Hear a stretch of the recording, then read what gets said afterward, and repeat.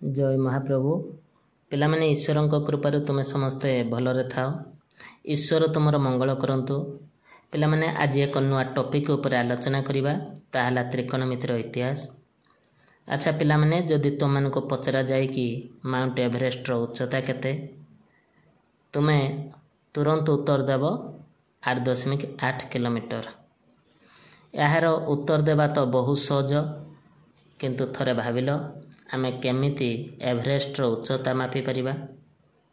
ଏଭରେଷ୍ଟର ଉଚ୍ଚତା ମାପିବା ପାଇଁ ଆମକୁ ଅତି କମ୍ରେ 8ରୁ 10 କିଲୋମିଟର ବା ତାଠାରୁ ଅଧିକ ଦୌଡ଼ି ଦରକାର ଏବଂ ମାତ୍ରାଧିକ ସମୟ ଦରକାର। କିନ୍ତୁ ଆମେ କେମିତି ଅଳ୍ପ ସମୟ ମଧ୍ୟରେ ଏହାର ଉଚ୍ଚତା ମାପିପାରିବା, ଏହି ପ୍ରଶ୍ନ ନିଶ୍ଚିତ ତୁମ ମନରେ ଉଙ୍କି ମାରୁଥିବ। ହଁ ପିଲାମାନେ, ଏହାର ଉଚ୍ଚତା ଆମେ ଅଳ୍ପ ସମୟ ମଧ୍ୟରେ ନିର୍ଣ୍ଣୟ କରିପାରିବା, ତା ପୁଣି ତ୍ରିକୋଣମିତିର ସାହାଯ୍ୟ ନେଇ। ଆଜିକା ସମୟରେ ଆମେମାନେ ଅତି ସହଜରେ ଗୋଟିଏ ଦେଶରୁ ଅନ୍ୟ ଦେଶକୁ ବିମାନ ସାହାଯ୍ୟରେ ଭ୍ରମଣ କରିପାରୁଛୁ। ତୁମମାନେ ଜାଣିଛ କି ପିଲାମାନେ, ଆକାଶ ପଥରେ ବିମାନକୁ ରାସ୍ତା କିଏ ଦେଖାଏ? ଏହାର ଉତ୍ତର ନେଭିଗେସନ୍ ସିଷ୍ଟମ୍। ଏହି ନେଭିଗେସନ୍ ସିଷ୍ଟମ୍ ସ୍ଥିର କରେ ଯେ ବିମାନ ଚାଳକ କେତେ ଆଙ୍ଗେଲରେ ଏବଂ ଭୂପୃଷ୍ଠରୁ କେତେ ଉଚ୍ଚତାରେ ବିମାନଟିକୁ ଉଡ଼ାଇବାକୁ ପଡ଼ିବ। ତେବେ ଏଠାରେ ନେଭିଗେସନ୍ ସିଷ୍ଟମ୍ ତ୍ରିକୋଣମିତିର ସାହାଯ୍ୟ ନେଇ ବିମାନଟିକୁ କେତେ ଆଙ୍ଗେଲ ଏବଂ କେତେ ଉଚ୍ଚତାରେ ଉଡ଼ାଯିବ ବୋଲି ସ୍ଥିର କରିପାରିଲା।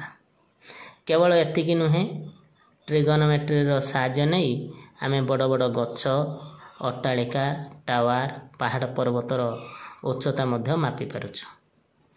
ପୂର୍ବେ ଆମ ପୂର୍ବଜମାନଙ୍କର ଆମ ଭଳି ଟେକ୍ନୋଲୋଜି ଏତେ ସୁଦୃଢ଼ ନଥିଲା, ନା ସେମାନଙ୍କ ପାଖେ କୌଣସି ଟେଲିସ୍କୋପ୍ ଥିଲା।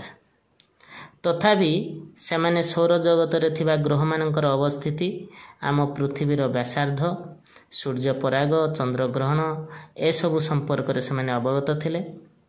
ତୁମମାନଙ୍କୁ ହୁଏତ ଏ କଥାଟା ଆଶ୍ଚର୍ଯ୍ୟ ଲାଗିପାରେ, କିନ୍ତୁ ଏ କଥା ସତ। ତ୍ରିକୋଣମିତିର ସାହାଯ୍ୟ ନେଇ ସେମାନେ ଅସମ୍ଭବକୁ ସମ୍ଭବ କରିପାରୁଥିଲେ। ତେବେ ପ୍ରଶ୍ନ ଉଠେ, ତ୍ରିକୋଣମିତି କ'ଣ? ତ୍ରିକୋଣମିତିକୁ ଇଂରାଜୀରେ ଟ୍ରିଗୋନୋମେଟ୍ରି କହୁଛୁ। ଟ୍ରିଗୋନନ୍ ଏବଂ ମେଟ୍ରନ୍ ଏହି ଦୁଇଟି ଗ୍ରୀକ୍ ଶବ୍ଦର ସମ୍ମିଶ୍ରଣ ଫଳରେ ଟ୍ରିଗୋନୋମେଟ୍ରିର ସୃଷ୍ଟି। ଟ୍ରିଗୋନନ୍ର ଅର୍ଥ ଟ୍ରାଙ୍ଗେଲ୍, ଅର୍ଥ ତ୍ରିଭୁଜ। ମେଟ୍ରନ୍ର ଅର୍ଥ ମେଜରମେଣ୍ଟ, ଅର୍ଥାତ୍ ମାପ। ସେହି ଦୃଷ୍ଟିରୁ ଟ୍ରିଗୋନୋମେଟ୍ରିର ଅର୍ଥ ତ୍ରିଭୁଜର ମାପ। ତ୍ରିକୋଣମିତି ଆଜକୁ ପ୍ରାୟ 4500 ବର୍ଷ ପୂର୍ବରୁ ସୃଷ୍ଟି ହୋଇଥିଲା ବୋଲି ଅନୁମାନ କରାଯାଏ। କାରଣ ବୈଜ୍ଞାନିକ ଗବେଷଣାରୁ ଜଣାଯାଇଛି ଯେ ପୃଥିବୀର ସର୍ବପୁରାତନ 4ଟି ସଭ୍ୟତା ମଧ୍ୟରୁ ବେବଲିୟନ୍ ଯେଉଁ ସଭ୍ୟତା ଥିଲା, ସେହି ସଭ୍ୟତାର ଲୋକମାନେ ଗୃହ ଗଢ଼ିବା ପ୍ରଣାଳୀରେ ବହୁଳ ଭାବରେ ତ୍ରିକୋଣମିତିକ ମାପ ବ୍ୟବହାର କରୁଥିଲେ। ଭାରତର ବହୁ ପୁରାତନ ମନ୍ଦିରଗୁଡ଼ିକର ଗଠନ ପ୍ରଣାଳୀ ମଧ୍ୟ ତ୍ରିକୋଣମିତିର ପ୍ରୟୋଗ ସାହାଯ୍ୟରେ ହୋଇଛି ବୋଲି ଅନୁମାନ କରାଯାଏ।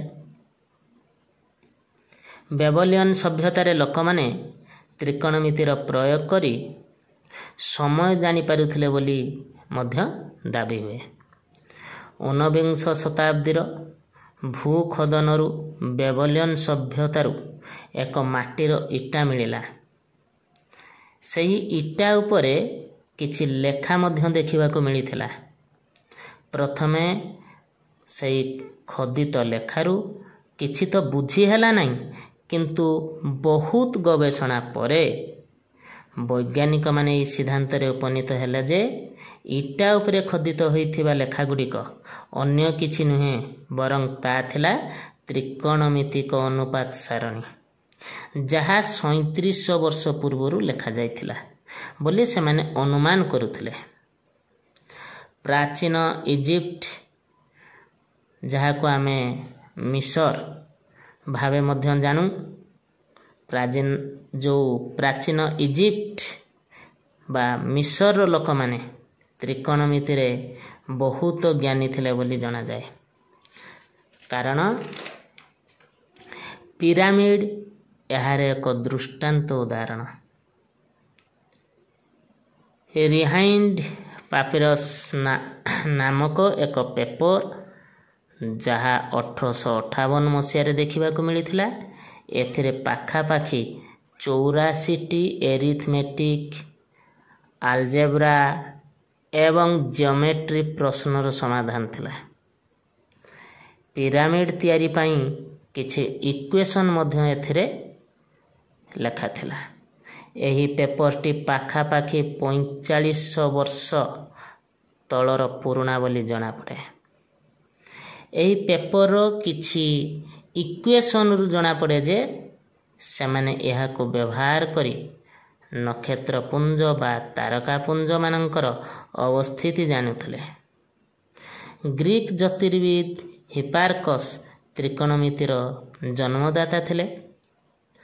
ଜର୍ମାନ ଗଣିତଜ୍ଞ ବାର୍ଥଲାମସ୍ ପିଟିସେସ୍ ଷୋଡ଼ଶ ଶତାବ୍ଦୀରେ ପ୍ରଥମେ ତ୍ରିକୋଣମିତି ଗ୍ରନ୍ଥ ରଚନା କରିଥିଲେ। ଗଣିତର ବିଭିନ୍ନ ଶାଖାରେ ତ୍ରିକୋଣମିତିର ପ୍ରୟୋଗ କରାଯାଏ। ଉଚ୍ଚତା ଓ ଦୂରତା ନିରୂପଣ ଏବଂ ଜ୍ୟୋତିର୍ବିଜ୍ଞାନରେ ତ୍ରିକୋଣମିତିର ବହୁ ପ୍ରୟୋଗ କରାଯାଏ। ଭାରତୀୟ ଗଣିତଜ୍ଞ ଆର୍ଯ୍ୟଭଟ୍ଟଙ୍କ ଦ୍ୱାରା ରଚିତ ସୂର୍ଯ୍ୟ ସିଦ୍ଧାନ୍ତ ପୁସ୍ତକରେ ସାଇନ୍ ଏବଂ କୋସାଇନ୍ ସାରଣୀ ମଧ୍ୟ ଉଲ୍ଲେଖ ରହିଛି। ଏଥିରେ ସାଇନ୍କୁ ଜିଆ ଏବଂ କୋସ୍କୁ କୋଜ୍ଜା ଉଲ୍ଲେଖ କରାଯାଇଛି। ଏହି ସୂର୍ଯ୍ୟ ସିଦ୍ଧାନ୍ତ ପୁସ୍ତକଟି ସମ୍ପୂର୍ଣ୍ଣ ସଂସ୍କୃତ ଭାଷାରେ ଲେଖାଯାଇଛି। ସୂର୍ଯ୍ୟ ସିଦ୍ଧାନ୍ତରେ ଆର୍ଯ୍ୟଭଟ୍ଟ ବିଭିନ୍ନ ପ୍ରକାର କନିକାଲ ବସ୍ତୁର କୋଣ ଏବଂ ଉଚ୍ଚତା ମାପିବା ପାଇଁ ଟ୍ରିଗୋନୋମେଟ୍ରିକ୍ ଫଙ୍କସନର ବ୍ୟବହାର କରିଥିଲେ। ଏଥିରେ ସେ କନିକାଲ ବସ୍ତୁର ଛାଇକୁ ମାପିବା ପାଇଁ S = G sin θ/cos θ। ଏଠାରେ ସେ କନିକାଲ ବସ୍ତୁର ଛାଇର ଦୈର୍ଘ୍ୟ ପାଇଁ S ଅକ୍ଷର ଏବଂ ଉଚ୍ଚତା ପାଇଁ G ବ୍ୟବହାର କରିଥିଲେ। ଦଶମ ଶତାବ୍ଦୀରେ ପାର୍ସୀ ଗଣିତଜ୍ଞ ଏବଂ ଜ୍ୟୋତିର୍ବିଦ ଅବୁଲ ୱାଫନ ଟାଞ୍ଜେଣ୍ଟ ଫଙ୍କସନ୍ ସମ୍ପର୍କରେ ଉପସ୍ଥାପନ କଲେ। ଏତଦ୍ ବ୍ୟତୀତ ଇଜିପ୍ଟର ଜ୍ୟୋତିର୍ବିଦ ଇପୁଲିନିୟସ୍ ତ୍ରିକୋଣମିତିର କେତେଗୁଡ଼ିଏ ସୂତ୍ର ଉପସ୍ଥାପନ କଲେ। ଆମର ଭାରତୀୟ ଗଣିତଜ୍ଞ ଭାସ୍କର ମଧ୍ୟ ସ୍ପେରିକାଲ ଟ୍ରିଗୋନୋମେଟ୍ରିରେ ବହୁ ଉନ୍ନତି ଆଣିଲେ। ସ୍ପେରିକାଲ ଟ୍ରିଗୋନୋମେଟ୍ରି ସାହାଯ୍ୟରେ ଆମେ ନକ୍ଷତ୍ର ଏବଂ ଗ୍ରହମାନଙ୍କର ବେଗ ନିର୍ଣ୍ଣୟ କରିପାରୁଛୁ। ଆଜକୁ ପ୍ରାୟ 2500 ବର୍ଷ ପୂର୍ବେ ଗ୍ରୀସର ମିଲଟେସ୍ ସହରରେ ଥାଲେସଙ୍କର ଜନ୍ମ ହୋଇଥିଲା। ଥାଲେସ ହେଲେ ବିଶ୍ୱର ପ୍ରଥମ ଗଣିତଜ୍ଞ ଯିଏକି ସୂର୍ଯ୍ୟପରାଗ ଓ ଚନ୍ଦ୍ରଗ୍ରହଣ କେବେ ହେବ ତାର ସଠିକ୍ ତାରିଖଟି ନିର୍ଣ୍ଣୟ କରିପାରୁଥିଲେ। ସେ ମଧ୍ୟ ଏକ ବୃତ୍ତର ଡିଗ୍ରୀ ପରିମାପ 360 ଡିଗ୍ରୀ ବୋଲି ଦର୍ଶାଇଥିଲେ। ସେ ଦର୍ଶାଇଥିଲେ ଯେ ଦିନର ଯେତେବେଳେ ମଣିଷର ଛାଇ ମଣିଷର ଉଚ୍ଚତା ସହିତ ସମାନ ହେବ, ସେତେବେଳେ ଗଛର ଛାଇ ଗଛର ଉଚ୍ଚତା ସହିତ ସମାନ ହେବ। ତେଣୁ ଗଛର ଛାଇକୁ ମାପି ଗଛର ଉଚ୍ଚତା ନିର୍ଣ୍ଣୟ କରିହେବ।